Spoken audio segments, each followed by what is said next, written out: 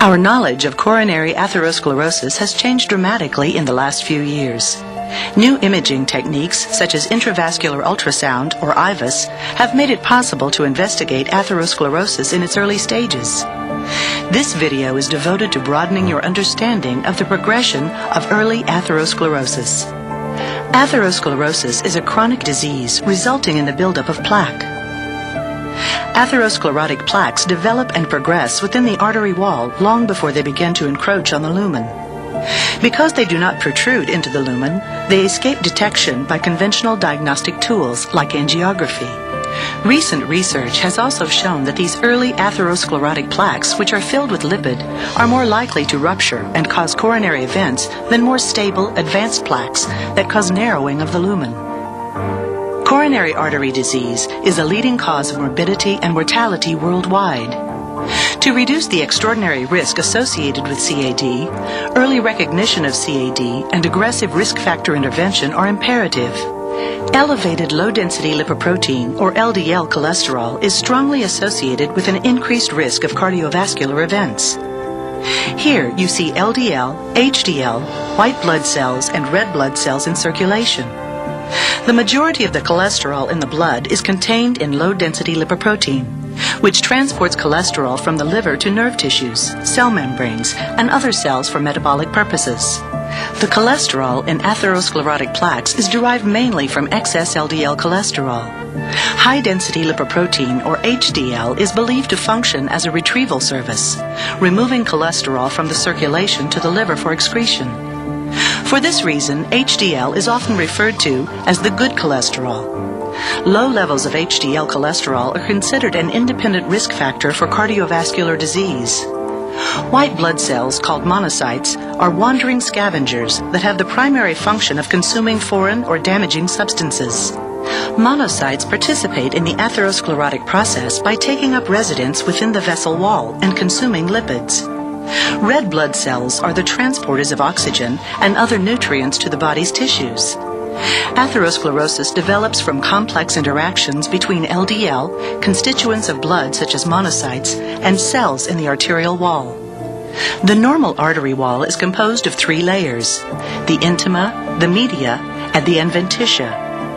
The intima, or inner layer, is composed of a single layer of cells called the endothelium. The media contains mostly smooth muscle cells that enable the vessel to dilate or constrict. The adventitia, or outermost layer, is composed mostly of fibroelastic tissue. The adventitia is separated from the media by the external elastic membrane. LDL is a macromolecule that can enter the artery wall. The atherosclerotic process begins when LDL accumulates abnormally within the artery wall at a rate determined by plasma concentrations of LDL and the condition of the endothelium. Elevated LDL levels, as defined by NSAP, are thought to promote atherosclerosis. LDL passes through endothelial cells and enters the intima, where it can undergo a process called oxidation. Oxidized LDL is toxic, and this initiates an inflammatory process.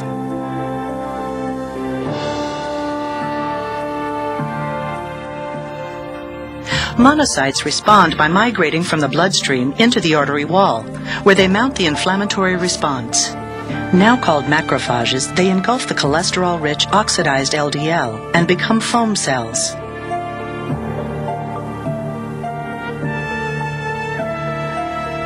When the foam cells die, they release their lipid content, creating what is known as a lipid core.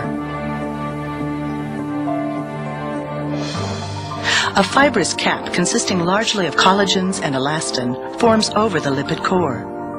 The fibrous cap represents an attempt by the body to heal the lesion. Continued plaque growth caused by accumulation of LDL within the intima causes the external elastic membrane to expand. This compensatory enlargement, known as arterial remodeling, allows the vessel to maintain an adequate, if not normal, lumen area and blood flow. For this reason, angiography, which visualizes only those plaques that encroach upon the lumen, underrepresents the extent of atherosclerosis. However, as a burden of plaque increases, the artery can no longer compensate by expanding outward, and the plaque begins to protrude into the lumen. This generally occurs when plaque involvement reaches about 40% of the vessel circumference. Under certain conditions, such as may be caused by biomechanical and hemodynamic stresses, disruption of plaques can occur. Plaques prone to rupture include those that contain a large lipid core covered by a thin fibrous cap. Often these plaques have not penetrated the luminal area and hence are not visible angiographically. When a plaque ruptures, the lipid core comes into contact with the blood.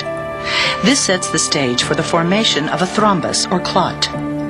The thrombus may partially or totally block an artery, causing an abrupt reduction in blood flow. Partial blockage of the lumen may cause the symptoms of angina. Complete blockage of the vessel lasting more than 2 to 4 hours can cause an acute event such as MI. Healing may also take place. In fact, plaque rupture with subsequent healing is now believed to be the major mechanism by which atherosclerotic lesions progress and narrow the lumen. Plaques that heal generally have a higher fibrotic composition than before, making them more stable and less prone to future rupture. This video has summarized new insights into the development of atherosclerosis.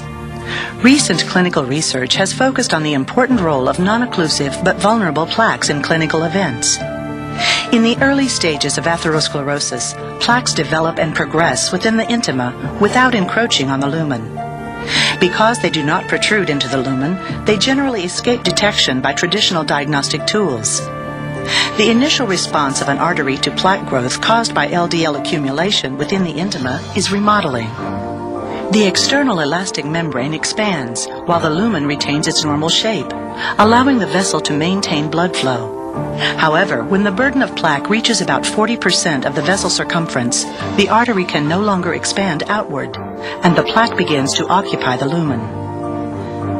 Plaque rupture sets the stage for thrombus formation, which can lead to a clinical event. However, healing may also take place. In fact, plaque rupture with subsequent healing is thought to be an underlying mechanism of atherosclerotic progression. Plaques that heal generally have a thick fibrous cap, which tends to stabilize them against disruption. They may be associated with clinical symptoms if they obstruct blood flow. These new insights should also encourage the development of strategies aimed at lipid lowering.